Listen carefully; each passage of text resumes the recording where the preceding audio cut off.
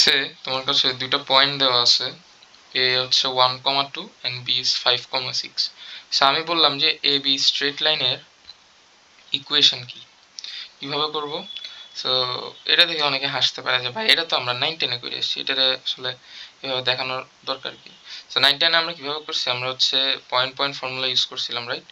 y minus y1 বা x minus x1 সমান সমান হচ্ছে y1 মাইনাস y2 বাই হচ্ছে x1 মাইনাস x2, এটা ইউজ করছিলাম, রাইট। কিন্তু পয়েন্টগুলো কিন্তু খুবই সুন্দরভাবে দেওয়া, তাই না? মানে খুবই সিম্পল সিম্পল পয়েন্ট দেওয়া। সো এই ধরনের পয়েন্টের ক্ষেত্রে আমাকে সবসময় আসলে ফর্মুলাতে যাওয়ার দরকার নেই। দেখো তো, এক্স আর ওয়াই এর মধ্যে কি আমরা দেখি একটা রিলেশনশিপ স্টাবলিশ করতে পারি? 1 আর 2, তাই না? সো আর এখানে হচ্ছে 5 আর 6। দেখো তো, ওয়াই হচ্ছে 2, এক্স হচ্ছে 1, তাহলে একের সাথে যদি 1 যোগ করি 2 আসে। আবার এই ক্ষেত্রে দেখো, এক্স হচ্ছে 5, ওয়াই হচ্ছে 6। সো 5 এর সাথে 1 যোগ করলে কি আসতেছে? 6।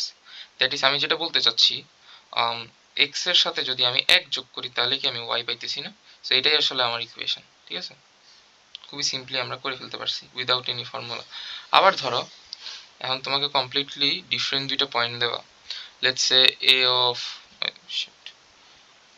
of 2,4 and b of ধরো হচ্ছে 5,10।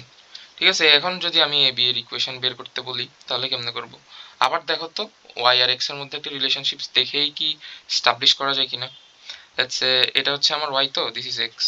সো আমার ওয়াই কি এক্স এর ডাবল না অলওয়েজ? এই যে 2 কে 2 দিয়ে গুণ করলে 4 আসে, আবার 5 কে ডাবল করলে হচ্ছে 10 আসতেছে।